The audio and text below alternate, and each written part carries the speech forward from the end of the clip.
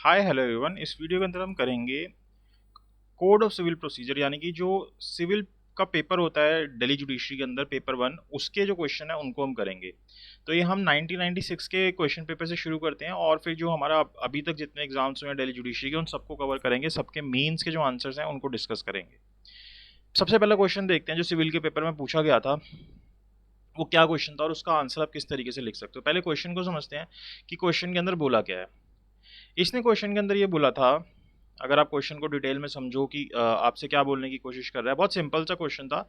इसके अंदर इसने बोला कि ये ए एक व्यक्ति है। अगर आप इसको रीड करोगे क्वेश्चन को तो आपको यही मिलेगा कि ए एक लैंड को ऑन करता था। आप इस लैंड को समझ लो कि ये जो ए था इस लैंड को ओन करता था, और इसने क्या कर रखा था, इस बी व्यक्ति को ये लैंड जो है कल्टीवेशन के लिए, कल्टीवेटिंग के लिए एज अ टेनेंट दे रखी थी। ठीक है, टेनेंट के तौर पर कि भाई तू इसके अंदर कल्टीवेशन कर ले, मैं तेरे को ये लैंड देता हूँ। अब ए जो था इसके 4 लड़के थे, कौन कौन, सी, डी, ई और एफ। तो हमें समझ आया ए ने बी को ये लैंड जो है एज अ टेनेंट दे रखी है for cultivation, and A has 4 sons C, D, E and F. अब क्या होता है, ए की डेथ हो जाती है। इसकी डेथ के बाद ये जो इसके 4 लड़के होते हैं, ये इस लैंड को क्या करते हैं, एच को बेचते हैं। अब यहाँ पे क्या होता है, सी, डी, ई जो होते हैं वो जीवित होते हैं, लेकिन एफ का जो लड़का होता है जी वो जीवित होता है। तो ये सी, डी, ई और जी मिलके ये लैंड जो है आगे एच को बेच देते हैं। यहाँ तक हमारी ये बात होती है, और इसको जब बेचते हैं तो एक सेल डीड के थ्रू बेचते हैं, और वो रजिस्टर्ड सेल डीड होती है, क्योंकि अब ये सारे डॉक्यूमेंट जो है जब आप किसी केस को करोगे तो आपको सारे एज अ डॉक्यूमेंट जितने भी हैं वो आपको यूज़ करने होंगे केस के अंदर। तो सेल डीड के थ्रू ये इसको ये सारे मिलके इसको ये प्रॉपर्टी एच को बेच देते हैं। अब ये जो प्रॉपर्टी का पोजीशन था वो किसके पास था, बी के पास था। तो हमने पढ़ा है स्पेसिफिक रिलीफ एक्ट कि पोजीशन ऐसा तो नहीं है कि मैंने अगर प्रॉपर्टी खरीदी तो मेरे को उसका साथ का पोजीशन भी मिल गया। पोजीशन अगर किसी के पास है तो मुझे थ्रू लॉ जो है with the help of court मुझे उसकी जो पोजीशन है वो लेना पड़ेगा। तो अब इसने एच ने क्या किया, इसकी इविक्शन का सूट डाला बी के इविक्शन का, कि भाई मैं इसका ऑनर बन गया हूँ इस प्रॉपर्टी का, and now I wants to take the position of this property. तो बी आप इस प्रॉपर्टी को खाली कर दो। बी नहीं कर रहा होगा, इसलिए एच ने बी के अगेंस्ट इविक्शन का जो है सूट यहाँ पे डाल दिया कि आप एक टेनेंट हो, now I am the owner, I don't want कि आप इस प्रॉपर्टी के पोजीशन में रहो, I want the position of this property, तो आप इस प्रॉपर्टी को वैकेंट कर दो। तो यहाँ पे उसने वैकेंट नहीं किया तो हमने सूट डाल दिया। अब बी जो है क्या डिफेंस लेता है, बी बोलता है कि जो एच है ना, एच का ये जो सूट है वो मेंटेनेबल नहीं है। क्यों मेंटेनेबल नहीं है, क्योंकि एच जो है ना वो सोल ओनर नहीं है इस प्रॉपर्टी का। एच जो है सोल ओनर नहीं है इस प्रॉपर्टी का, एच के अलावा कोई और भी ओनर है, और उस वो जो व्यक्ति है वो इस सूट में पार्टी नहीं बनाया गया। इसलिए ड्यू टू द रीजन जो नॉन ज्वाइंटर ऑफ पार्टीज है, इस कारण से इस सूट को जो है डिसमिस कर देना चाहिए। तो यहाँ पे बीइंग अ जज आपके सामने क्वेश्चन रखा गया कि जो नॉन ज्वाइंटर ऑफ द पार्टी है, क्या उसके कारण आप इस सूट को डिसमिस कर सकते हो या खत्म कर सकते हो।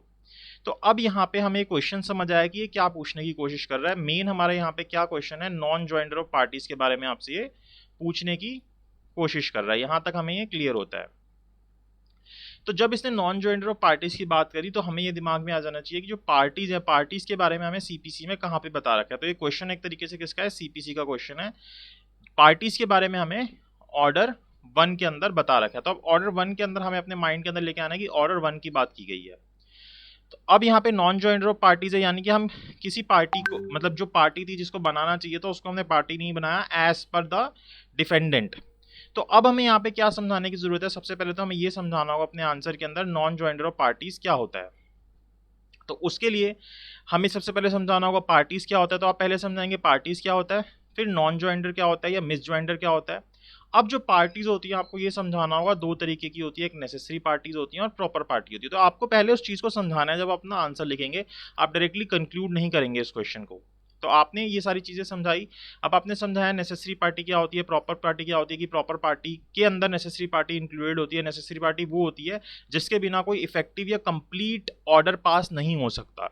और प्रॉपर पार्टी कौन सी होती है, कोई इफेक्टिव ऑर्डर तो पास हो सकता है लेकिन वो इफेक्टिव ऑर्डर कंप्लीट या फाइनल नहीं हो सकता, उसको हम प्रॉपर पार्टी बोल देते हैं।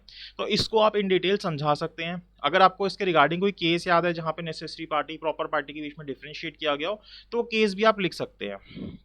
बट मीन्स के अंदर इतने सारे केसेस होते हैं कि मतलब इतना सारा हम पढ़ चुके होते हैं, केसेस नहीं याद आ रहे होते, तो आप जो आपने सीपीसी में पढ़ा है उसके हिसाब से भी आप समझा सकते हैं that who is necessary party and who is proper party, आप ये समझाएंगे।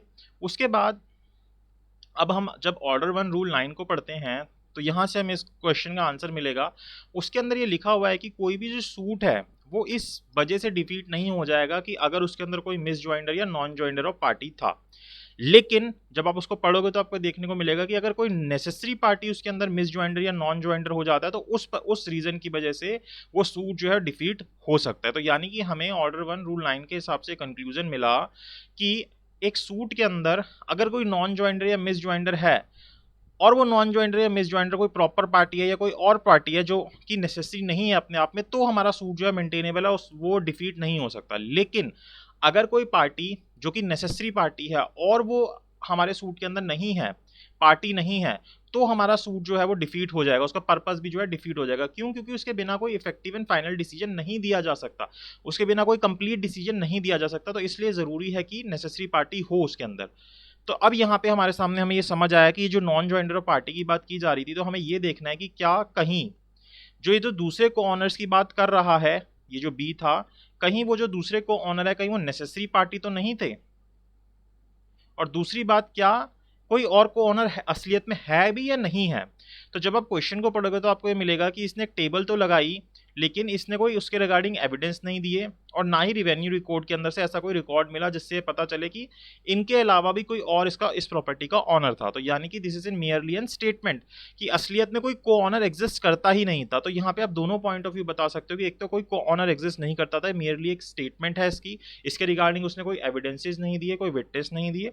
दूसरी बात आप ये भी बता सकते हो कि अगर इस प्रॉपर्टी का कोई को ओनर होता भी तो वो अपने आप में नेसेसरी पार्टी नहीं माना जाता है। इससे पहले आप ये समझा सकते हो कि अगर मान लो कोई को ओनर होता और आप अगर ये ऐसा कह भी रहा था कि वो नेसेसरी पार्टी है तो आप उसको भी पार्टी बना सकते थे यूजिंग ऑर्डर 1 रूल 10, जिसके अंदर हमें बता रखा है कि कैसे हम किसी पार्टी, जैसे कोई गलत पार्टी बन गई तो उसको हम सब्स्टिट्यूट कर सकते हैं, या कोई पार्टी जिसको हमें पार्टी बनाना था उसको हमने पार्टी नहीं बनाया तो उसको हम ऐड कर सकते हैं ऑन द रीजन कि इसको ज्वाइन होना जरूरी है और इसके बिना जो प्रेजेंस जो क्वेश्चन ऑफ लॉ इन्वॉल्व है या क्वेश्चन जो इन्वॉल्व है इसके अंदर वो नहीं सॉल्व हो पाएगा, तो वहां पे हम उसको ऐड कर सकते हो। तो आप ऐसा बता सकते हो। उसके बाद आपको अगर कोई केस याद है तो वो केस मेंशन कर सकते हो, बट ट्राई की हर एक आंसर के अंदर एक केस लो जरूर बता दो, जो कि एक केस जरूर बता दो जो कि एक लैंडमार्क केस हो। तो ऐसा ही एक केस है जो कि इसके फैक्ट से रिलेटेड है, लक्ष्मी शर्मा वर्सेस यश राम वस्ता का AIR 1993 का केस है, जिसके अंदर ये बताया था कि अगर एक प्रॉपर्टी के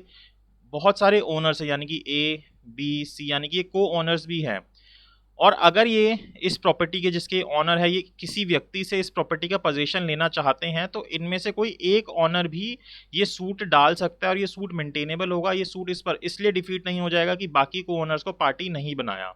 तो ये चीज़ इस केस के अंदर बोली गई। तो यानी कि दोनों ही रीजन की वजह से, एक तो कि जो हमें फैक्ट से पता चला कि इसका तो कोई और को ओनर है ही नहीं, पहली बात ये, तो मतलब ही नहीं बनता हम किसी को पार्टी बनाएं, और दूसरी बात ये कि अगर को ओनर होता भी तो इस केस के अंदर हमें बताया गया था कि उस चीज के बिना भी, उस दूसरे को ऑनर को बिना भी पार्टी बनाए आप सूट कर सकते हैं। तो आप ये सारी चीज़ें बता के इसको कंक्लूड कर सकते हो कि प्रेजेंट केस के अंदर जो बी की स्टेटमेंट थी वो अपने आप में बैड इन लॉ है। क्यों? क्योंकि उसने उसके रिगार्डिंग कोई एविडेंस नहीं दी, सिर्फ उसकी एक मेयर स्टेटमेंट है, ना ही हमें कोई रिवेन्यू रिकॉर्ड मिला। That means there doesn't exist any other co-owner. पहली बात ये हो गई।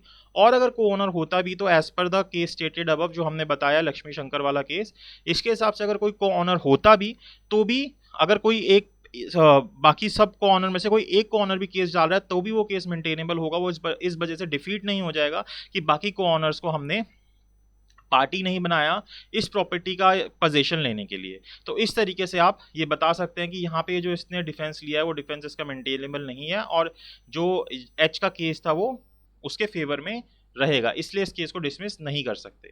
तो इस तरीके से आप अपना आंसर जो है कंक्लूड कर सकते हैं। तो इस तरीके से जैसे हमने इस क्वेश्चन को डिस्कस किया, मुझे लगता है कि आपको ये क्वेश्चन समझ आया होगा और आपके लिए काफ़ी हेल्पफुल होगा। इसी तरीके से हम मेंस के जो दिल्ली के मेंस के बाकी क्वेश्चंस भी हैं उनको भी डिस्कस करेंगे। तो अगर आपको ये वीडियो अच्छी लगी है तो प्लीज़ लाइक कीजिएगा, शेयर कीजिएगा, चैनल को सब्सक्राइब जरूर कीजिएगा। Thank you so much for watching this video.